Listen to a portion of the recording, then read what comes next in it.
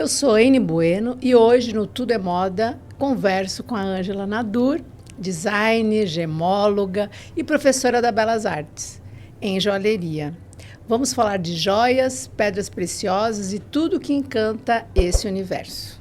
Seja bem-vinda, Ângela. Obrigada, Ene. Obrigada. Eu já vou começar perguntando para você um pouquinho sobre a sua trajetória, como tudo começou até a joalheria. Até a joalheria. Vamos lá, eu acho que eu já nasci uma joalheira, porque eu gosto disso desde criança, né? Quando eu era pequena e a gente ia para a praia, por exemplo, nas férias, eu passava minhas férias pegando pedrinhas na praia, pegando conchas, o que eu achava de bonito, eu pegava e guardava, né? Então eu ia criando aquelas minhas coleções. Tinha também as coleções de pedras que antigamente tinha nas bancas, né? A gente comprava, assim, minerais e eu tinha também minhas coleções de minerais. Então, não sei, sempre gostei disso. Quando eu era adolescente, ia na 25 de março, comprava um monte de coisa e montava brinco, colar e vendia para as minhas amigas na escola. Minha mãe também sempre foi artista, né? Ela pintava quadros, fazia flores de tecido, aquelas rosas assim, e eu sempre acompanhava ela, né? Nisso, sempre adorei artesanato. E aí ela me falava, não, você tem que se especializar, você tem que se especializar. E aí eu fui indo, né? Fiz colegial, que na época, agora ensino médio, né? Em administração, pensando já em ter uma empresa, né? Nisso. E depois eu fiz desenho industrial, né, para melhorar, então, meu ponto de vista sobre o design, sobre... que o primeiro nome do design era desenho industrial, né, aqui no Brasil. Depois virou design. Então, na graduação, eu tinha cansado um pouco da joalheria e fiz roupa fitness, por exemplo. Meu TCC foi uma roupa fitness. Então, estou entre moda, sabe, e joalheria. Mas sempre fui para o lado da joalheria. E aí comecei a trabalhar, né, logo depois da faculdade. Cansei também um pouco, então foram ciclos, assim, né? Mas trabalhei em indústrias de fundição, trabalhei com Ara Vartanian, trabalhei na Geociências, né? Então eu fiz meu mestrado e doutorado lá, né, como assistente do professor. E aí trouxe alguns equipamentos aqui de gemologia, né, para mostrar para vocês. Então, é um mundo assim maravilhoso, né, essa parte de gemologia e depois o design de joias, que eu me aprofundei muito, estudei muito sobre isso. Uhum. Mas então, de design de joias, né? Foi isso que você fez no curso? Eu fiz desenho industrial, design de produto. Design de produto. E aí, dentro disso, fui fazendo cursos, sim, vários cursos. Aí, disso, você foi para gemologia? Já no mestrado e doutorado. Eu já era designer de joias. Aí foi para gemologia, na área de gemologia. Tá. Aí depois, aí você veio para a Faculdade de Belas Artes. Sim, aí eu trabalhei em outras faculdades. Trabalhei na Uninove também, como professora de design, e depois já vim para cá. Uhum.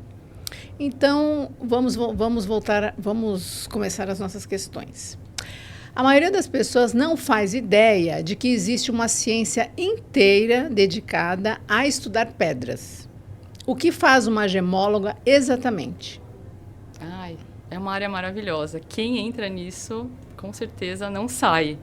Porque dentro da geologia, imagina você estudar pedras preciosas. É uma coisa maravilhosa, a ciência das pedras preciosas, né? Então, gemologia é o nome que se dá para a área que se estuda pedras preciosas, que são gemas, né? Então, a gente chama de gemas. Então, gemologia. E é uma área muito específica das geociências, né? Então, se você quer estudar isso, você tem que ir para geociências, para geologia, né? Que aí lá a gente estuda ouro, né? As matérias-primas da joalheria. Ouro, prata e os minerais das gemas, né? Então, o dia a dia de um gemólogo. A gente tem alguns equipamentos, eu trouxe um aqui do mais simples, né? Então, se você quer analisar alguma pedrinha na sua casa, por exemplo, ver se é ou não, tem que ter, basicamente, um refratômetro, né? Que ele é um instrumento antigo, né? Já está até um pouco obsoleto, né? A luz UV que a gente mede, isso aqui é uma lanterninha, né, bem simples para medir a fluorescência em algumas pedras do diamante, por exemplo, né? E a gente tem microscópios, a gente tem o polariscópio, tem alguns equipamentos, são câmaras que você coloca a pedra lá dentro e a própria câmera já avalia isso, né? Então, você vai identificar se a gema é natural, sintética ou fazer tratamentos para melhorar a cor, no caso. Algumas pedras se formaram quando a Terra ainda tinha vida complexa. É verdade que existem pedras preciosas mais antigas que os dinossauros? Ah, sim, com certeza. As gemas que a gente tem hoje, né, elas foram formadas há milhões de anos, né? Então, os dinossauros viveram muito mais que os seres humanos, por exemplo, aqui na face da Terra, né? E essas gemas foram formadas, vamos imaginar assim, na formação do planeta Terra, né, no Big Bang. Então, Big Bang 4,5 bilhões de anos, né? É muito tempo. E as gemas, alguns materiais a gente consegue quantificar a idade, né, pelo decaimento radioativo. Gemas a gente não faz essa análise de datar, né, umidade para ela. Mas sim, né, isso não se forma em 100 anos, com certeza não. São milhões de anos para se formar uma gema natural. E aí a gente pega essa gema, lapida e usa como joia. Você tem uma peça de milhões de anos na sua mão. Raridade, né? As raridades da Terra. A raridade de uma pedra depende de milhões de anos de produção pelo planeta Terra. Porque algumas pedras preciosas são extremamente raras, enquanto outras são mais comuns. Porque o planeta Terra, ele é formado... Tem um elemento químico mais abundante, que é a sílica, né? Então, todos os minerais formados com esse componente, né, com esse elemento químico, ele é mais abundante, então vão ter mais gemas formadas por sílica, né, dentro da sua composição. E as outras não, né? Então, as mais raras não têm sílica. E aí são mais raras mesmo de achar. Então, a demanda diz, né? Então, todo mundo gosta de uma pedra e ela é mais cara por causa disso. Mas também pela raridade, dureza, intensidade da cor. Algumas vieram dos vulcões. Como seria? Da explosão? Da explosão vulcânica. E outras estão exatamente, em 200 quilômetros de profundidade da crosta, né, terrestre.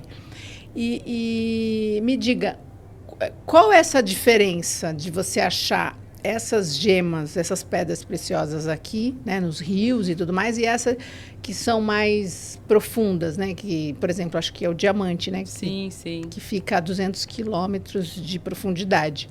E aí, então, isso torna essa pedra mais rara do que as que estão mais perto de nós, assim, né? Na superfície. Então, existem alguns locais específicos, por exemplo, para diamante, que são os pegmatitos. Não, pegmatitos não, kimberlitos. Pegmatitos é das gemas coradas, né? Então, os kimberlitos é uma área que vai ter o elemento químico específico do diamante, carbono, né? E aí, essa soergue, né? A gente fala essa palavra de soerguer o solo, porque é o ciclo das rochas, né? Então, o solo tem a tendência de subir com o decorrer, né, do tempo, e aí com chuva, erosão, essas gemas vão se desgastando da superfície e aparecendo, né, na superfície, se soerguendo do solo e aparecendo na superfície. É como na erupção vulcânica, né? Sim. Ela sai da terra, na verdade, de alguma profundidade, não sei qual seria, e vem à tona. O diamante já não, né? Ele não vem na erupção vulcânica, ele está a 200 km. Erupções vulcânicas antigas, os kimberlitos, sim, são erupções vulcânicas que trazem o diamante na superfície, mas não ocorreram agora, ocorreram há milhões de anos. E aí o ser humano analisa o solo ali, então essa composição química é própria do kimberlito. E aí cava, né, esse local e vai retirando os diamantes. E porque ele tem uma composição química diferente do envolto dele, né, é possível identificar esses brutinhos aqui, né? Ó, então eles aparecem assim brutinhos, né, esses octaedros, né? Então é maravilhoso. Aí os pegmatitos que eu estava falando, por exemplo, são outra composição de solo que forma outras combinações químicas, né? E aí formam as gemas coradas. Mais superficial. Então, os diamantes são realmente os mais profundos. Então, por isso que são mais raros. E aí, sendo mais raros, eles são mais caros. Sim, sim. Né, do que as outras. E tem um controle gemas da indústria também, né, para diamante. Então, tem bastante diamante? Tem. Mas está na mão de algumas empresas, por exemplo, De Beers, né, que tem, né, grande parte da extração de diamantes. Né, mas a De Beers também faz diamante sintético, né? Olha, isso eu não tenho uma informação tão aprofundada, porque eles são especialistas em naturais. Os lab grows já existem, né?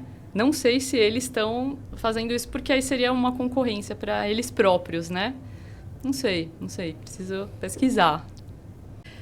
Então, voltando às nossas questões aqui das pedras preciosas, algumas pedras mudam totalmente de cor, dependendo do ambiente em que estão, não é? Uhum. Existem pedras preciosas que mudam de cor dependendo da luz? Como isso acontece? Sim, alexandrita. Alexandrita com luz normal, assim, luz branca do sol, ela tem uma tonalidade. Mas que cor que ela é, alexandrita? Ela é verdinha. É como se fosse esmeralda, mas não é. É um verde mais escuro. Não é um verde tão bonito assim como o da esmeralda, mais claro. É um verde mais escuro. Mas tem as transparentes, né? Mas o tom de verde é um verdinho mais escuro. Então ela muda de cor. Aí você coloca ela no sol, na luz do sol intenso, ela fica vermelha. Nossa, mas por que isso? Ela fica vermelha. Ela muda a vibração, né, da luz, entra dentro dos átomos e aí faz com que reflita uma outra cor. Nossa, é muito legal, né? Nossa. É energia isso, né? É energia. E falando sobre energia, tem uma questão que eu, assim, sempre pesquisei sobre isso, né?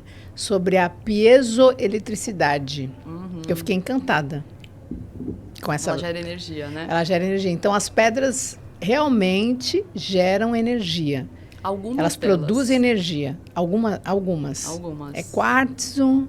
Turmalina ela tem a piezoeletricidade. Que é o quê? Você pressiona, né? Cria um atrito bem forte, por exemplo, na turmalina, e aí ela gera um campo eletromagnético, ela gera energia por causa desse pressionamento. Quando eu estava estudando isso na faculdade, né, na geologia, um exemplo que foi dado, acho que até que foi nesse livro aqui, né, Para Entender a Terra, que é um livro assim, básico para quem começa a estudar geologia. Eles colocaram pedaços de turmalina por baixo do asfalto. Né? E aí os carros passando por cima, seria criado um campo que iluminaria os postes daquele lugar. Pela passagem dos carros, basicamente, né?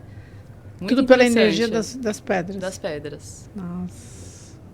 E o quartzo é usado dentro dos computadores, né? Eu sei. Sim, computadores, ouro. Parece que até aquelas máquinas de... Ai, caramba, não é laser. Aquelas máquinas que olham os nossos órgãos por dentro. Aquelas... que ultrassom. Você faz ultrassom. Rubi é usado em laser, gente, né? Na ponta do laser.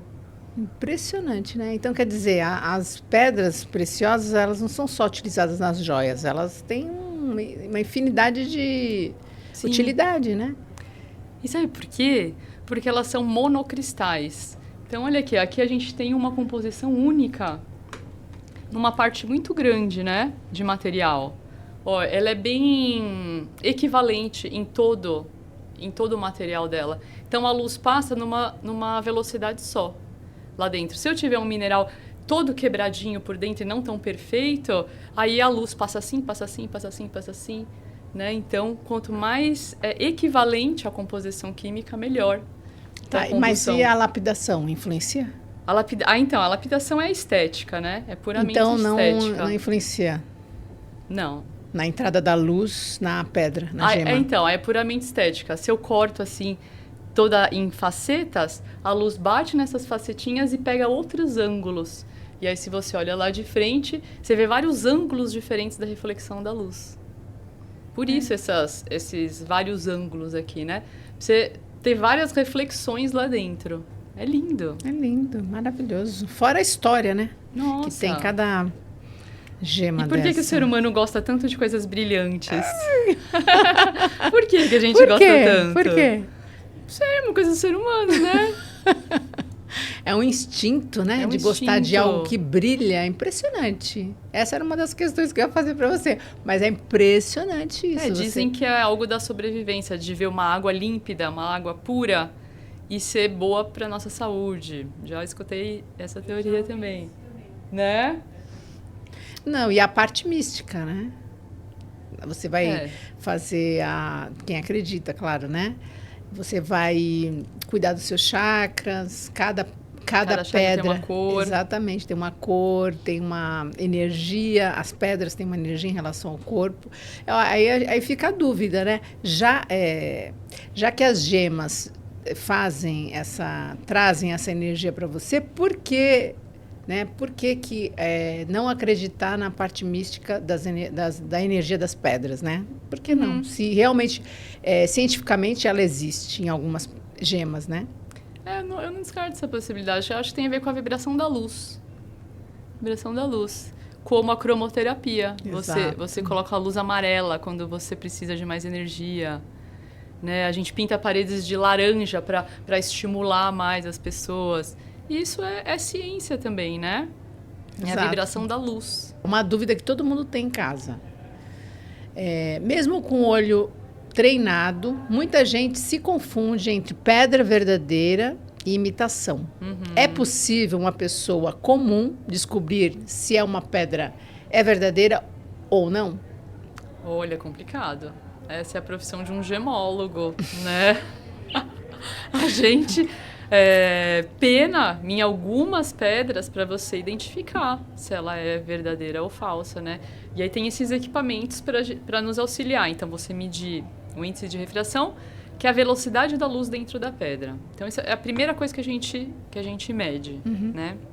Depois, você pode ver as inclusões. Você olha para a pedra e vê se ela é limpa por dentro.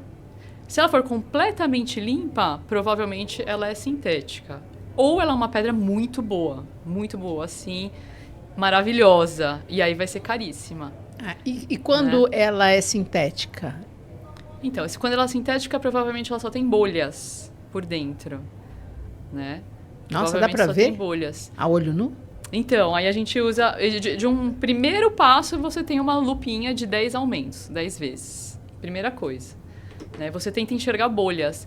Porque na natureza existem bolhas também, geralmente com líquido dentro.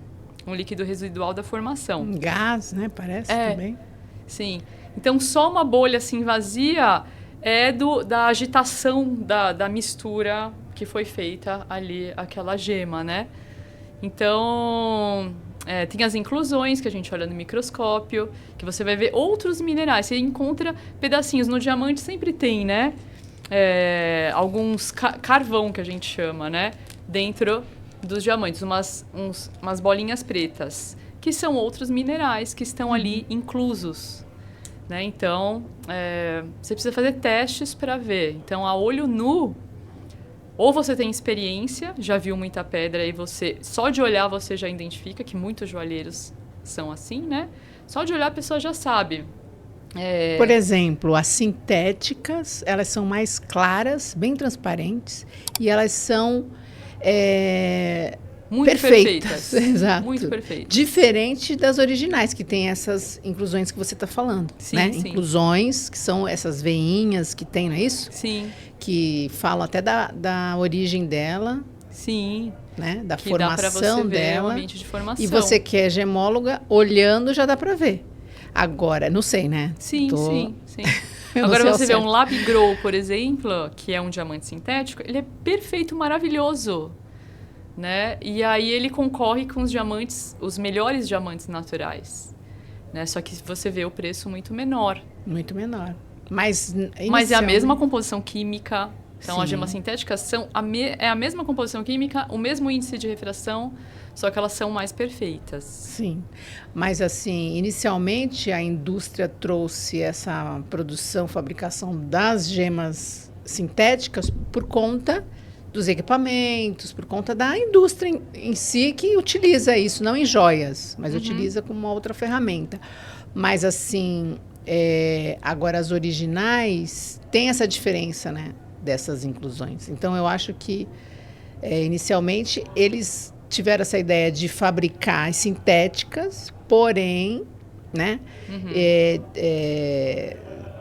jogaram pro lado da joalheria, mas eu acho que não é válido, né? Porque eu acho que a joalheria a gente tem que cultivar, né? As naturais. Cultuar as naturais. Então, tem um outro ponto de vista sobre isso, que você não explora tanto o ambiente, é algo mais sustentável. Você criar isso dentro de um laboratório e não destruir uma área. Porque quando é feito uma mineração, se destrói, né, todo aquele ambiente.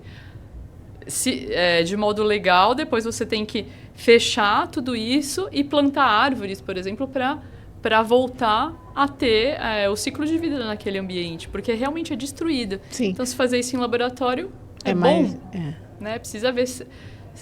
porque é poluente também, né? Sim. Polui água, polui outras coisas. Exatamente. Então, eu estava pesquisando sobre isso. A longo prazo, as naturais são menos prejudiciais, né, do que as sintéticas feitas no laboratório.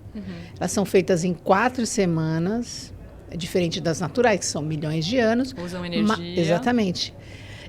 Mas que agora, esses lugares que fazem extração das gemas, eles estão tomando muito cuidado, né? Então, tem uma certificação do lugar, tem toda uma autorização para que isso ocorra, né? Ocorra seguramente, né? Seguramente. Que você não tenha prejuízo do meio ambiente. Então, está melhorando. Então, eu pesquisei sobre isso, eu sei que a longo prazo, as do laboratório realmente não vão ser sustentáveis. Entendeu? Sim. Porque eu já estou respondendo a tua pergunta. Porque existe a vertente de ser sustentável, as pessoas estão defendendo isso, né? Mas, bom, tem os dois caminhos, né? Eu acho. Bom, a gente pode usar na indústria, eu acho só que as pedras sintéticas não deveriam ser usadas para fazer joias, sabe? Sim, deveria só ser usadas para a indústria, trocar em aparelhos, em máquinas, né? Sim. A gente tem aquele aparelho que faz perfuração em rochas com diamantes, não é? Com diamante, acho que é o tatu alguma coisa, o nome, chamam de tatu. Que são diamantes não tão bonitos, né? Que vão para a área industrial. Exatamente, né? Agora, eu estava também pesquisando sobre isso. Eles precisam de um diamante enorme para colocar na ponta da máquina para ela fazer a perfuração da rocha, que é o diamante. Agora, ou é o pó, né? O pó de diamante incrustado em volta de uma base dura, tipo de aço, né? Para fazer essa perfuração. Então, aí, ok, né? Eu acho que tem que fazer, tem que ter no laboratório, tem que estar fazendo. Agora, natural é muito mais bonita. Né? Sim.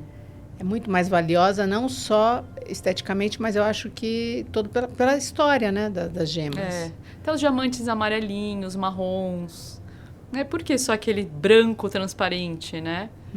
Então, os coloridinhos também são lindos, maravilhosos. Exato. O preto, né, que ele vem vindo na moda já faz tempo, mas antes era só usado para área industrial, né? Qual? O diamante negro. O diamante negro. Mas agora o diamante negro está fazendo sucesso, né? Sim. Agora as pedras coloridas, por que elas são coloridas? Boa. Então, essas cores, né, azul, roxo, é por causa de elementos químicos dentro da estrutura atômica dela que causa essas diferentes cores. Ou falhas na composição cristalina, né? Então, buracos, vacâncias, né, que que também, isso no caso dos diamantes, né? Fazem com que os diamantes sejam coloridos. Né? Então, ou elementos químicos ou buracos na estrutura cristalina, mas é microscópio, uma coisa minúscula. Né? E aí a gente consegue as diferentes cores. Uhum. Turmalina paraíba, por exemplo, é o cobre.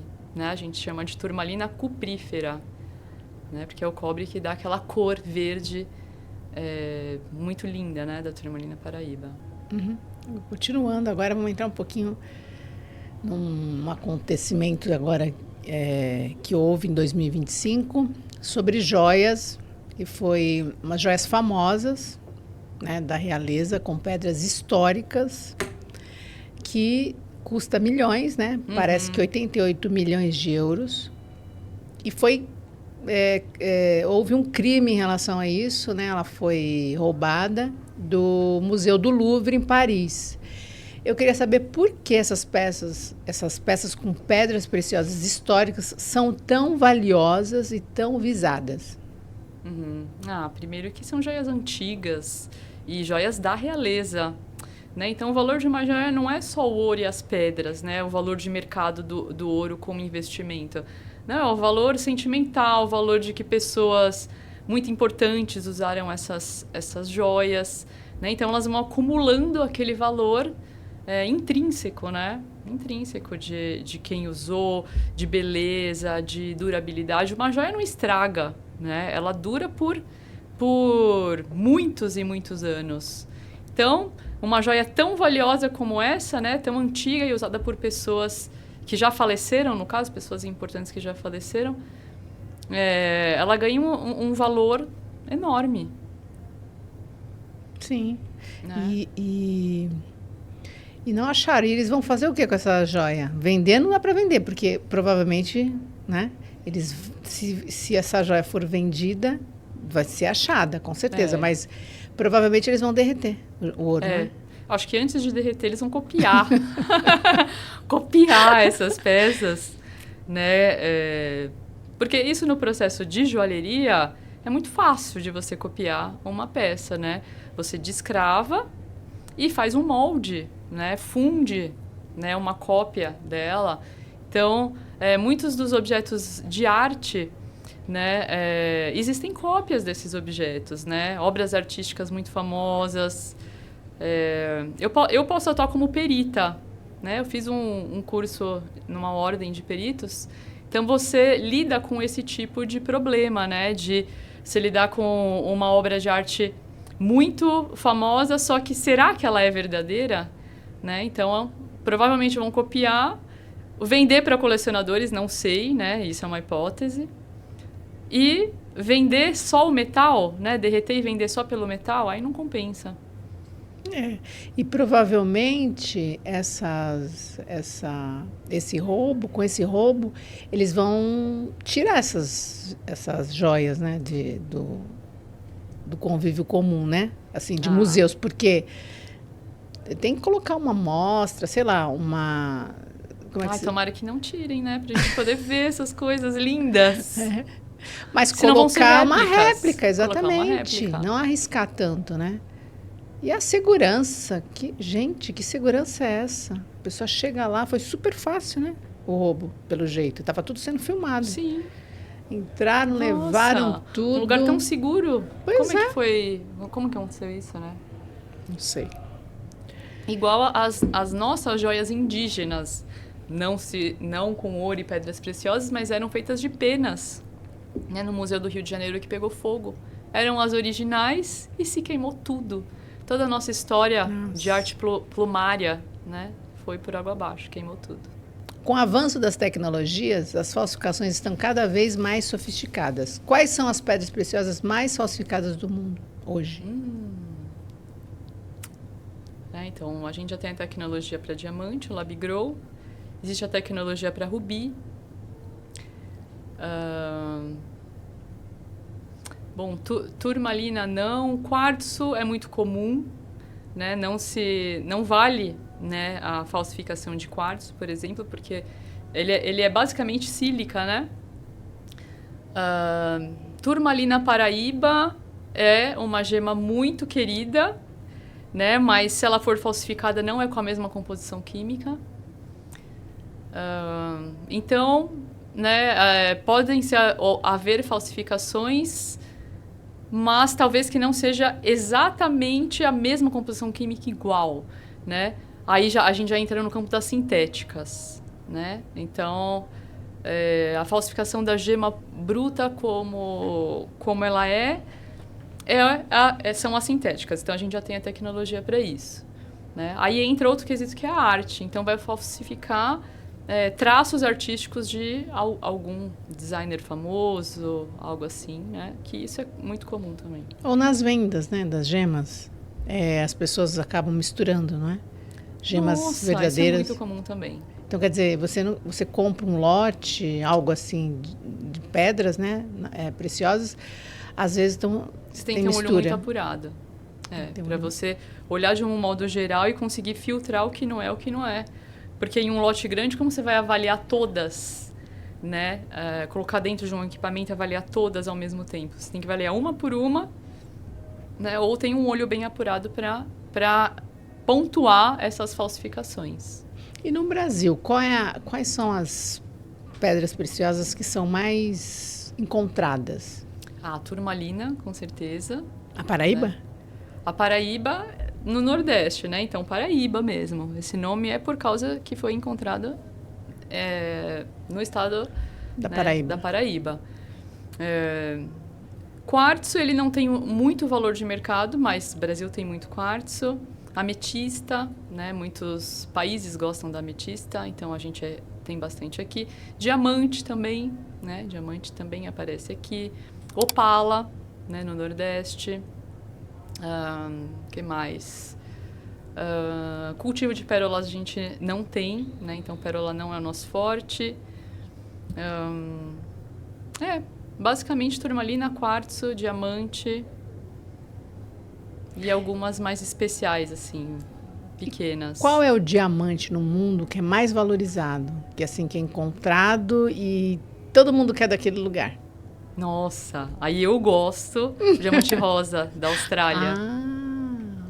São mais raros, né? Porque diamante rosa é mais difícil, né, de ver. Sim, e tem na Austrália. E maravilhoso. São os mais desejados. Acho que o azul também, né? É raríssimo, raríssimo. E não acontece sempre assim, né? Geralmente são os brancos, marrons, amarelos. Para você achar um diamante colorido... Mas o que aconteceu ali para aquele diamante? Algum elemento químico diferente dentro da estrutura dele ou naquela região. Um centro de cor, sim, que são as vacâncias, né? Porque dependendo da gema, eu sei que o gemólogo consegue identificar, né? Da onde, qual região. Mais ou menos, pelas inclusões. Pelas inclusões. Pelas inclusões. Mas se naquele ambiente sempre apareceu o diamante naquele ambiente específico, com aqueles elementos químicos. Então, não dá para saber exatamente, foi na África, porque sempre é a mesma composição química. Na África ou em um outro lugar do mundo, para o diamante aparecer, tem que ter aquela composição química. E o que vai mudar para fazer essa identificação da região? É muito difícil identificar. Muito, muito difícil. Eu sei que as esmeraldas colombianas são as mais... utilizadas assim em joias super luxuosas, né? Aí é um caráter até estético, porque todas as colombianas têm um verde mais vívido do que outras. Então, de você olhar a cor dela, você imagina que seja desse lugar, né? Mas aí também, como você comprou, você vai saber de onde que é essa pedra. É difícil pontuar e ter certeza, né? Eu, como gemóloga, escrever foi encontrada na Colômbia, eu não posso fazer isso. Entendi, não dá para ter esse certificado não dá para ter essa região. Certeza absoluta, não dá. Nossa. E nem a idade também. Mas aí então não é o gemólogo que atua nessa área assim, para analisar, né, quanto tempo que aquela pedra foi feita, produzida pelo planeta. Então, você acha que aí já não é o gemólogo, seria o quê? Aquelas pessoas que... Qual é mesmo Tem uma área na geologia que estuda o decaimento radioativo, né? Geralmente é de átomos radioativos. que as gemas não têm dentro do seu monocristal, né? Que são monocristais. Então, a gema não tem. Então, você teria que avaliar o ambiente de formação dela. Aí, você pode encontrar alguns átomos radioativos ali. Né? Então, não é o gemólogo, mas na área da geologia eles fazem isso sim. Então, Arqueólogo também. é isso que eu ia perguntar, arqueólogo. Sim, arqueólogo consegue. Tem algum tipo de análise que é em pólen. Né? Então, por exemplo, dinossauros. Na época, será que existia pólen naquela região? E aí o pólen, em algum momento, caiu sobre essa superfície e aí consegue se datar através do pólen daquela região. Então, fósseis. Mas aí seria uma constatação arqueológica, isso? Arqueológica, sim. Então, ele constataria a região que aquela pedra foi produzida pelo planeta. É isso? Mas é muito difícil também. Tem que ser pelos átomos radioativos do ambiente. Ah. Pelo decaimento radioativo. Né? Porque os átomos radioativos, eles vão crescendo. Né? E aí, isso numa análise, se consegue prever, medir o crescimento. Então, cresceu tanto, faz uma contagem desse crescimento e aí consegue datar. Que legal. Muito legal. Se o planeta não produz ouro novo, de onde vem o ouro? Então essa é uma pergunta que acho que todo o elemento químico que a gente tem aqui no planeta Terra formou no Big Bang, formou no momento que se formou o planeta Terra. Né? E tudo que a gente tem aqui são combinações de átomos. Né? E aí o que a gente tem foi formado no Big Bang e depois disso foram feitas combinações atômicas. E aí tudo que a gente tem é isso. Mas dizem que o ouro, geralmente, tem até poesias falando sobre isso. O ouro vem das estrelas. Não seria, então... Estrelas de nêutrons. Né? Que é a colisão a supernova? De estrelas de nêutrons. Então, estrelas de nêutrons foi o que sobrou. Né? A supernova é aquela explosão inicial, que ela ainda tem os átomos completos. Os nêutrons é o resíduo. Então, são estrelas mortas, vamos dizer assim, né? Então, os restos... a colisão dessas estrelas diz ser que foi formador com a colisão dessas estrelas. E depois disso, o Big Bang. Big Bang. Aí, quer dizer, que juntou todo esse elemento químico, né? Para a formação de uma bolinha que é o planeta Terra. E aonde a gente encontra o ouro? Também dentro da crosta terrestre, né? Dessas minerações. Das minerações, né? Mas dizem que nos rios também, né? Nos rios porque ele lava o solo. Ele sai, né, das entranhas. Porque tem as nascentes, né? Então deve vir junto com as nascentes, será? E porque ele é pesadinho, aí ele vai se acumulando, ele vai se decantando, né? Ele vai se acumulando em partes. Então, o ouro não é do planeta. Ele surgiu na constituição do planeta. Ele não o planeta não produz ouro. Não produz ouro. Tudo que existe nesse planeta Terra veio com a formação do planeta Terra. Tudo. Acho que não só o ouro. Né? Pensar, só o ouro não é do planeta Terra. Tudo. Né? Tudo eram átomos que estavam... Né, no espaço e depois foram condensados. Boa. Muito interessante, lindo, né? Muito. A gente viaja, né? E a gente trabalha com o melhor que se tem do planeta Terra, que são as pedras preciosas e o ouro. Né? Tem coisa mais linda? Não tem. Agora, falando um pouco de impacto ambiental, né? Sustentabilidade. Por que a extração de pedras preciosas causa tanto impacto ambiental? Porque se destrói o ambiente, né? O que acontece na retirada, na extração dessas pedras? Você cava, você destrói as plantas, a biodiversidade toda é modificada, né? Você transforma aquele ambiente em um ambiente árido, um ambiente sem elementos químicos que fazem parte de uma vida, de uma biodiversidade viva. Né? Então, de animais. Então, os animais vão sair daquele ambiente. Né? Se desmata tudo. né, para cavar e tirar os materiais.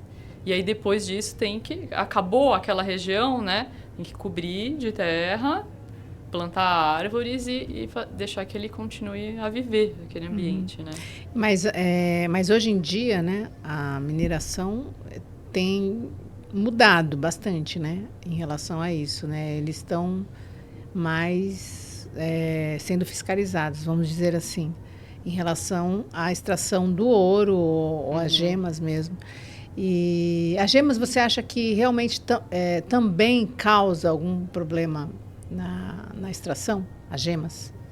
É que a extração é menor, né? Eu acho que são cavados túneis, algo mais não tão grande como uma mineração de pedras ornamentais, tipo mármore, né? A extração de mármore destrói o ambiente, né?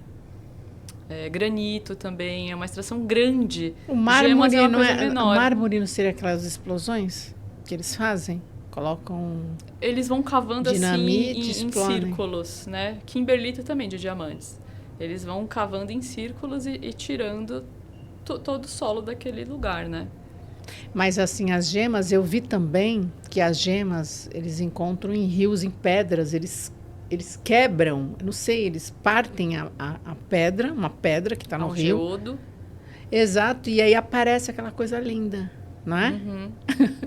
Eu falei, gente, o que é isso? Aparece, inclusive no Instagram, tem várias contas que trazem isso, se mostram, sabe? Como eles fazem, eles acham aquelas pedras gigantes, pedras mesmo, você olha, você acha que é uma pedra, mas lá dentro está cheio de pedras preciosas, que são essas roxinha, ametista, né? Aqueles geodos de quartzo, geodos, assim, aquela coisa linda, né? Que lindo. Mas isso está submerso também. A gente vê só a parte que eles levam para a superfície para cortar.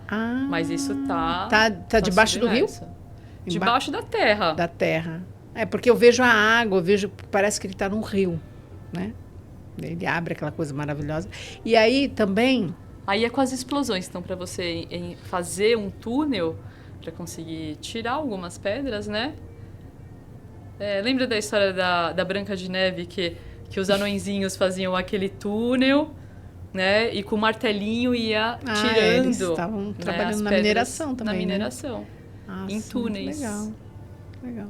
E esses geodos, né? Geodos? Esses geodos, alguns servem para virar pedra preciosa e outros não. Outros é só para ornamentos, né?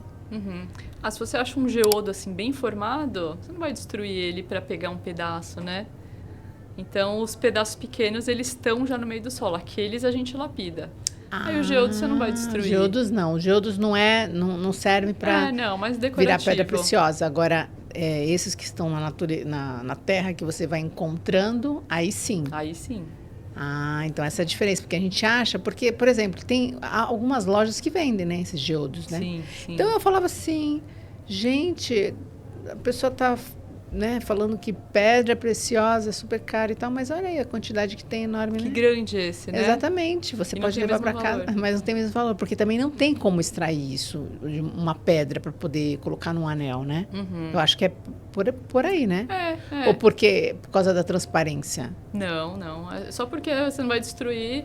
Mas deve ter gente que destrua e vou lapidar todas essas pedras aqui. Sim, deve acontecer, sim. Agora, a gente vai entrar numa brincadeira aqui de mito ou verdade. Se a pedra esquenta rápido no corpo, ela é falsa? A pedra normalmente é geladinha. É mito ou verdade? Se esquenta rápido? Não, assim, se a pedra esquenta rápido no corpo, quando você pega uma pedra preciosa, ela esquenta, ela não é verdadeira, ela é falsa. Isso é mito ou verdade? Acho que ela é falsa, sim. É? Porque não ela pode é geladinha. Ela vai esquentar e ficar quente. Com a temperatura do corpo, não esquenta? Será? Bom, não sei. Porque as pessoas falam assim, olha, se a pedra é verdadeira, se ela ficar gelada o tempo todo. Agora, se você usa um colar com pedras, ela vai esquentar, porque está no teu corpo, você tem 36 graus. né? Ela vai Vai aquecer. esquentar um pouco. Eu acho que vai esquentar um pouco. Mas não chega assim a pegar fogo. Ela, ó, se eu ficar segurando a gema aqui, ela vai esquentar esquenta, um se pouco. você largar, é verdade. Se você soltar assim, ela vai voltar a ficar geladinha. É, a tendência é combinar com o ambiente. Tudo, né? Diamante é o material mais raro do mundo. Mito ou verdade? Mais raro, é mito. Mito, Tem né? bastante. É carbono.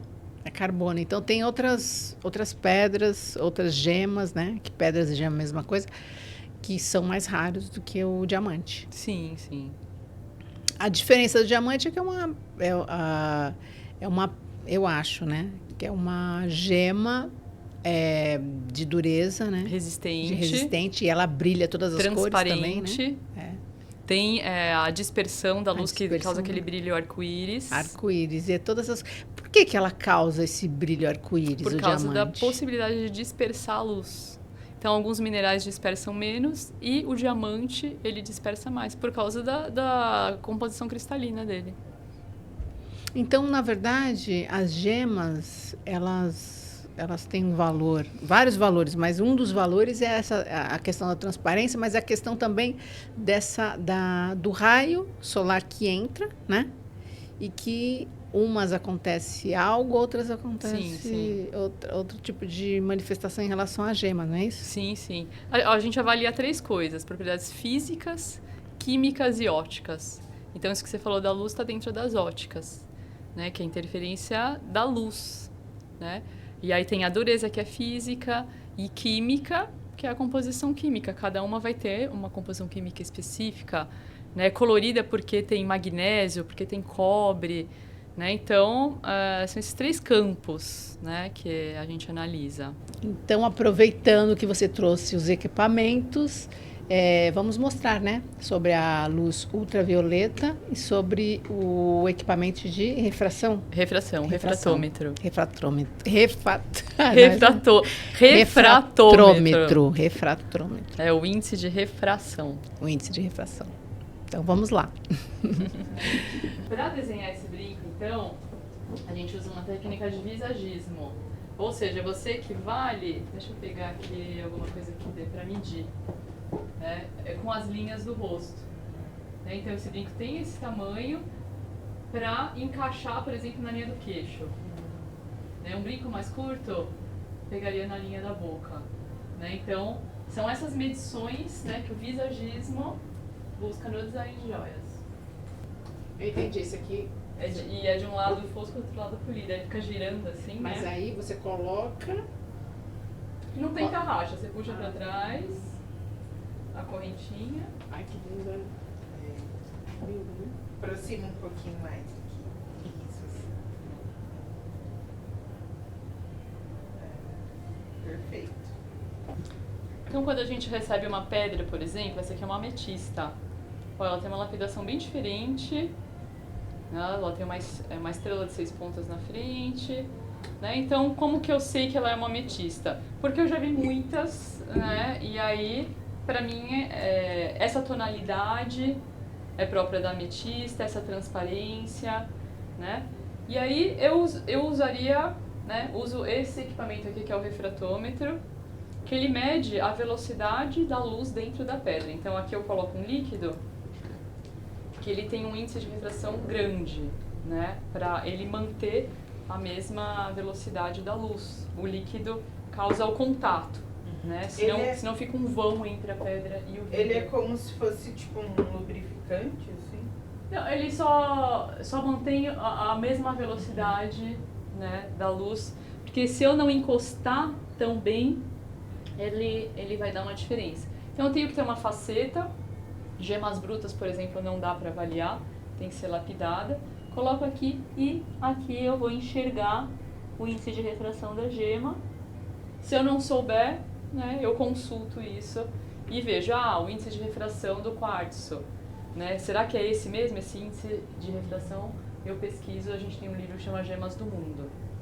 Então, mas aí você coloca ali e ali no visor aparece No visor aparece o índice de um refração. número? Um número. Nossa, que legal. Né? Aqui, por exemplo, né, citrino. Né? Olha lá, ela tá 153, 155. né? Então eu sei que é um citrino. Essa daqui também é uma ametista, né? Com uma lapidação step cut, né? Que ela é em degraus. Aí também, ó, 155, né? Que é o quartzo. Então, as gemas têm famílias de gemas, né? Então, dentro do quartzo tem citrino, ametista, prasiolita, que é a verde. E um outro equipamento que a gente usa agora para diamantes, né? Esse daqui é muito simples, esse equipamento, né? Esse que eu trouxe aqui, mas existem melhores, que você mede a fluorescência, né? A luz UV. Então, por exemplo, eu coloco alguns diamantes, não são todos os diamantes que são fluorescentes, né? Mas consigo, talvez, ver uma absorção e reflexão da luz ultravioleta, né? Esse aqui de cima, ele absorve a luz azul e reflete a luz azul, né? Então, ele mantém a luz acesa, azulada por um tempo. Não sei se vai dar para ver na câmera, né? Mas é uma das formas de avaliar o diamante. É um tipo de excitação dentro dos átomos, né? Ele guarda a luz e reflete, depois acendendo a gema. E aqui a gente usa também essas lupas de 10 aumentos, de 10 vezes, para você olhar, né, a gema, olhar uma cravação, olhar um detalhamento da pedra, né, e ver se está de acordo com aquilo que você acha que está bom, né? Então, é uma lupa.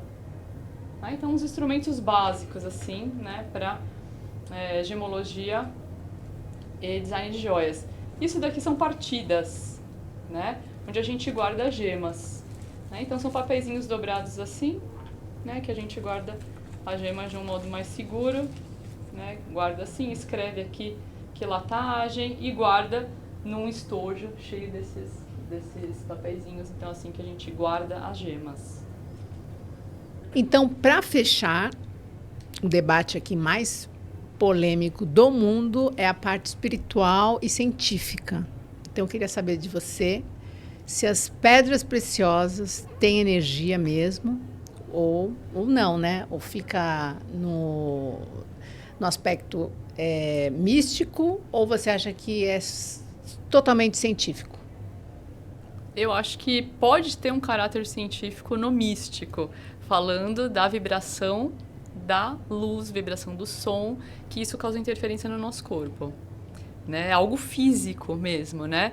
Então, se você colocar, por exemplo, o som de uma caixinha de som, você pega uma caixinha de som, coloca uma música alta e gruda na sua cabeça aqui, assim. Você não vai ficar com dor de cabeça, né? Então, as gemas, elas, isso em formato muito menor, né? Elas também vibram por causa das cores, né? Por causa da luz que passa dentro delas. Então, elas refletem isso no nosso corpo se eu estiver grudada com uma aqui no meu corpo, né? Então, ela vai ter uma vibração nesse ponto que eu colocar ela aqui, sim. Né? Então, eu como cientista, né, sou doutora em ciências, eu acredito nisso por causa da vibração. Exato. Então, quem compra uma joia e utiliza a joia, ela está trocando energia com a pedra? Sim, sim. Porque a joia também tem a tendência de se equilibrar com o ambiente.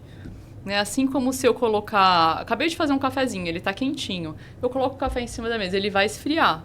Porque ele tem a tendência de combinar com o ambiente, de trocar, né, com o ambiente. E a gema, ela troca, mas ela está sempre geladinha. Porque o normal dela é estar sempre geladinho. Então, ela esquenta e esfria. Ela vai tirando aquilo do seu corpo, né? Essa temperatura, né? Ela vai tentando trazer um geladinho para o seu corpo, assim. Ah, que legal. Adorei, Ângela. Adorei sua participação aqui no nosso Tudo é Moda. Tomara que venha Obrigada, outras vezes para a gente mostrar de mais coisas de designer, com certeza.